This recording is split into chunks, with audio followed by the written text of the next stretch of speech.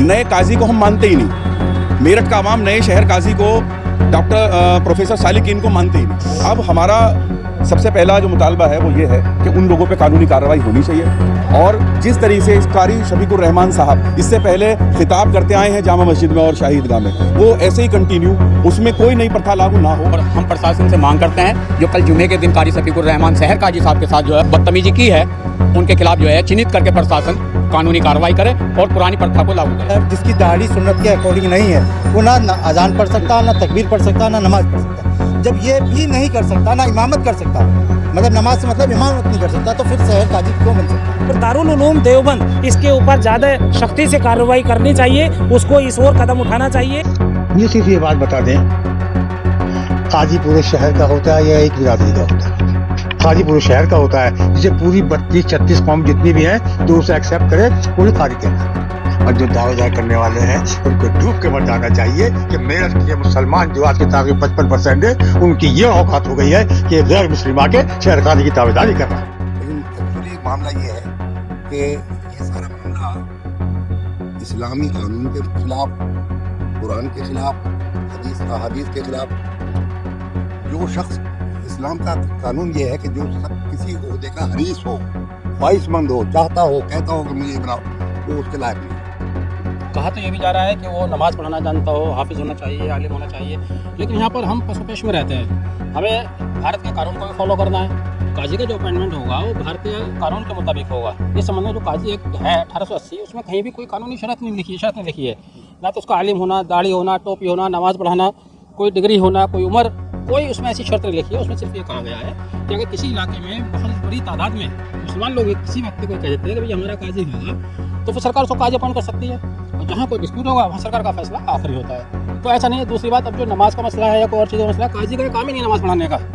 हम जो कानून में देखते हैं वो तो है नहीं। बाकी अभी जो डिस्प्यूट चल रहा है, अब ये तो उलेमाओं को चाहिए कि वो आगे आए, इस मामले को सुलझाएं। है कि ये दो प्रॉब्लम्स हैं। एक प्रॉब्लम तो ये है कि शहर काजी का इंतखाब, और दूसरा है ईदगाह के मुसल्ले पे कौन नमाज़ पढ़ाए। ये दो मेन इशू हैं। पहला जो इंतखाब करने का मसला है, उसमें ईदगाह कमेटी का कोई रोल नहीं है, वो अवाम का मतलब है। तो ईदगाह कमेटी किसी भी लेवल पे उसमें इन्वॉल्व नहीं है। हाँ, वो ईद की नमाज कौन पढ़ाएगा, और अभी कोई डिसीजन नहीं है इस सब्जेक्ट के ऊपर। जो सबका मशवरा होगा वो प्रेस के थ्रू बता दिया जाएगा। वो हम पूरी उम्मीद है कि इंशाल्लाह निकलेगा। ईदगाह कमेटी ने अपील करी है कि दोनों लोग बैठें और आपस में एक दूसरे पे कीचड़ उछालना बंद करें। मैं अपील करूंगा दोनों पक्षों से कि कारी शफीकुर रहमान साहब के पक्ष से भी और काजी सालिकीन साहब के पक्ष से भी करूंगा कि वो एक दूसरे के खिलाफ आरोप न लगाएं। कल होना ही है कि एक ना एक इनमें जो हमारे शहर काजी हैं, सालिकीन साहब हैं, या जो भी तय होंगे, बहरहाल इनमें से ही होना है और हैं भी, तो कल हम उनके पीछे फिर नमाज कैसे पढ़ेंगे? आज हम उनकी बुराई करें, कल उनके पीछे नमाज नहीं होगी। तो मैं मुअद्दबाना दरख्वास्त करूँगा दोनों पक्षों के जो उनके पक्षकार है, साथी हैं, और उनसे भी कि वो एक दूसरे की कमियाँ न निकालें। अल्लाह का भी हुक्म है कि अगर किसी के ऐप तलाश करोगे तो अल्लाह ताला उन्हें जलील कर देगा, और ऐप को छिपाएंगे तो अल्लाह ऐपों को छिपाएगा। बस यही मेरी दरख्वास्त है।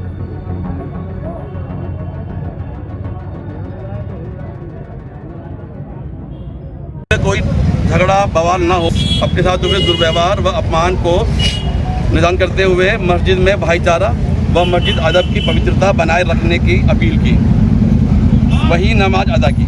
इस घटना को वहाँ सैकड़ों लोगों ने प्रत्यक्ष रूप से देखा व अपने अपने मोबाइलों से कैद किया, जिसकी बहुत सारी वीडियो क्लिप वायरल है। धर्म गुरु के अपमान का मुस्लिम समाज में बहुत गुस्सा व रोष है। अतः महोदय, हम आपके पास आए हैं और मांग करते हैं कि चंदकारियों, पूर्व मुतल्लका-बंद व्यक्तियों को चिन्हित कर घटना में शामिल लोगों पर कठोर कार्रवाई की जाए। कारी शफीकुर रहमान कासमी को पूर्ण सुरक्षा दी जाए व 45 वर्षों से चली आ रही परंपरा को जामा मस्जिद व शाही ईदगाह में संबोधन को प्रकार रखा जाए। ये हमारी डिमांड है प्रशासन से। हम ये चाहते हैं कि कोई अशांति, कोई बवाल ना हो। जो वर्षों की परंपरा है उनका निर्वहन होता रहे, हमारा किसी को टकराव नहीं। कल जामा मस्जिद की जो घटना है, कारी शफीकुर रहमान साहब जो शहर काजी हैं, उनके साथ जो बदतमीजी और जहालत उन लोगों ने वहाँ की है, चंद लोगों ने, 6 या 7 लोग थे वो, ये बड़े शर्म की बात है। और धर्मगुरु किसी भी मजहब के हों, किसी भी समाज के हों, इससे कोई फ़र्क नहीं पड़ता, वो धर्मगुरु हैं। हमें सभी का सम्मान करना चाहिए।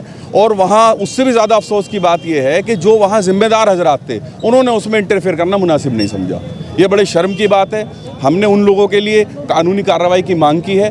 हम अमन पसंद लोग हैं, कानून के मानने वाले हैं, और कानून से ही, प्रशासन से ही शिकायत करेंगे कि उस पर कार्रवाई की जाए। आज हम लोग यहाँ इकट्ठा हुए हैं कि डीएम साहब को हमें ज्ञापन देना था, लेकिन एसडीएम साहब यहीं पे ज्ञापन लेने आए, तो उनका बहुत बहुत शुक्रिया कि यहाँ आए।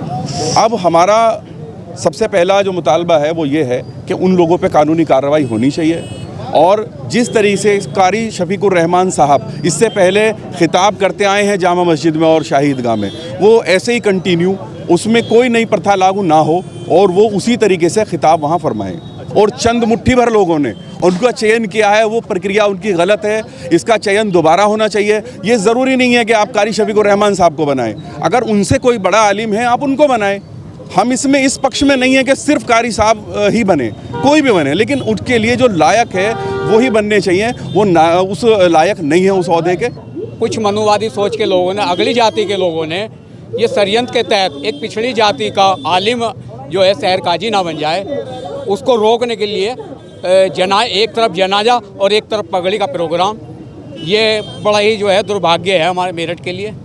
और हम उन आलिम के जो सम्मान में, जो 40 साल से जो इस मेरठ में जो है खिदमत करता आ रहे हैं, और हर हालात में जब जो इस शहर में जो कोई संकट के हालात बने हैं, कारी शफीकुर रहमान साहब जो है प्रशासन और जनता के बीच में रहे हैं। ऐसे शख्स को शहर काजी मुसल्लत कर दिया कुछ मनुवादी सोच के लोगों ने, अगली जाति के नेताओं ने, कि जिसको जो है ना तो दीन का पता है और ना ही जो है शरीयत के किसी कानून का पता है।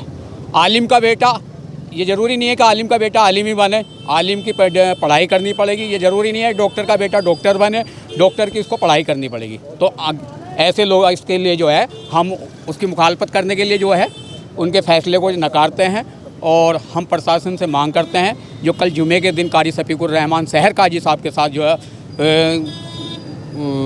बदतमीजी की है, उनके खिलाफ जो है चिन्हित करके प्रशासन कानूनी कार्रवाई करे और पुरानी प्रथा को लागू करे। ये तो एक सरासर गुंडागर्दी चल रही है और दीन में को हाईजैक कर लिया गया, जबकि अल्लाह और उसके रसूल के बिल्कुल जस्ट खिलाफ ये काम किया गया। इसीलिए हम यहाँ इकट्ठे हुए हैं और हम इसका एतराज़ करते हैं। और ये जो राजनीतिक पार्टियाँ हैं, जो षड्यंत्रकारी हैं, खासकर समाजवादी पार्टी, हम उन्हें दिखा देंगे कि हमारी तादाद क्या है। हम 80 नहीं है बल्कि 90 और 10 का रेशो है। हम ओबीसी के समाज के लोग 90% है, वो 10% है जो नुमाइंदगी करा रहे हैं। हमें ये एतराज़ नहीं है कि सालेकिन बने कोई बने, लेकिन वो आदमी बने जो इसके अहल हो। ये बड़े दुख की बात है कि जो एक आलिम दीन का मसला है उसे राजनीति में बांट लिया। राजनीतिक लोगों को इससे नहीं जुड़ना था, आलिम दीन को जुड़ना था। कौम की बदनामी हो रही दूर तक, इससे पूरे समाज को नुकसान है। कौम को नुकसान ये हो रहा है कि इज्तिमाइयत जो है वो खंडित हो रही, जब करीब करीब बट रही है। और चाहे एक तरफ 10 आदमी हो, एक तरफ 100 आदमी हो, लेकिन वो भी तो 10 की भी तो अहमियत है। और यही मामला हुआ जिस रोज़ वो इंतकाल हुआ। उनका कहना ये है कि मैयत भी नहीं उठी थी और आप उनमें ऐलान कर दिया गया। अल्लाह के रसूल के 3 रोज़ तक 2 रोज़ तक मैयत रखी रही, आपस में झगड़ते। उस वक़्त भी अगर झगड़ा होता तो क्या होता? वो तो अल्लाह ने कुछ लोगों को वो दिया, मुझे उठा लिया, आगे कर दिया कि साहब आप ऐलान कर दीजिए। मैंने ऐलान कर दिया। मस्जिद में असर की नमाज में गया, मैं नमाज़ पढ़ने, मुझसे कहा अलाउद्दीन साहब आप ऐलान करिए। मैंने ऐलान कर दिया उनका। अब उसके ऐलान के बाद मुझे अफसोस ये है कि उस वक़्त उन्होंने कोई एतराज़ नहीं किया। उसके बाद ईशा की नमाज़ हुई, मगरिब की नमाज़ हुई, ईशा की नमाज़ हुई। ईशा की नमाज़ में यानी तरावी ख़त्म होने के बाद वो हुई, मैयत की नमाज हुई। उस वक़्त तक भी नहीं था। उन्होंने कहाँ एतराज़ किया इस बात का कि मैं ये मुनासिब नहीं हुआ और ये गलत ऐलान कर दिया गया, समझे। उसके बाद कुछ लोगों ने उनको पता नहीं किस तरह से, हालांकि उनके दिल में तो बहुत पूरा काफ़ी दिनों से ये मामला है कि वो बनना चाहते थे काजी, लेकिन उस वक़्त तक कोई मामला नहीं था। और उसके बाद कुछ लोगों के बहकाने से उन्होंने फिर ऐलान करना शुरू कर दिया और कुछ लोगों ने उनको उठा के ले गए। हम जो कहते हैं यहाँ ये जो घंटाघर है, यहाँ पर लाखों आदमी था जिन्होंने उनके पगड़ी पहनाई और इस मामले को इसकी तस्दीक की, तायीद की कि हाँ इनको चाहते हैं, समझे। फिर जिस आदमी को लाखों आदमी चाह रहे हों उसके खिलाफ जाना क्या अक्लमंदी की बात है? अब वो कहते हैं, अब वो जगह जगह लोगों को अपनी ही बिरादरी के लोगों को इकट्ठा करके, समझे, और उसमें पगड़ी बंधवा रहे हैं, समझे। आम आदमी तो नहीं बांध रहे हैं उनकी पगड़ी। मैंने जो ऐलान किया था, वहाँ जितने भी लोग उस मैयत के पास खड़े थे, उनके घर के पास खड़े थे, उन लोगों के कहने से मस्जिद में मुझे ले गए। मैंने भी नमाज़ पढ़ी, मस्जिद में नमाज़ पढ़ी, नमाज के बाद ये ऐलान किया मैंने। लेकिन उसके बाद ईशा की नमाज में उसको परमानेंट कर दिया गया। उसके बाद फिर यहाँ पर घंटाघर के पास जाके फिर दोबारा लाखों आदमियों ने उसे तस्दीक कर दी, तो वो तो परमानेंट हो गया। फिर अल्लाह उन्हें अक्ल सलीम दे, वो खामोश हो जाए, चुप बैठे रहें, समझे, और मामले को इसको ऐसे निज़ाम में न करें, इसमें नुक्स अमन पैदा न करें, मुसलमानों में बंटवारा न हो, ये मैं चाहता हूँ और होना चाहिए यही। और उसके लिए कोशिश की जा रही है। हमारे भाई हैं, ये बेचारे कोशिश कर रहे हैं, समझे, काफ़ी दिन से ये कोशिश कर रहे हैं, समझे, कि किस तरह से ये मामला हो। लेकिन एक आदमी ने जब अपने दिल में ठान लिया कि मुझे करना है, इसमें शर फैलानी है, तो वो कर रहे हैं। अब अल्लाह से जब तक अक्ल सलीम नहीं होगी उन्हें, जब तक वो कैसे रुकेंगे।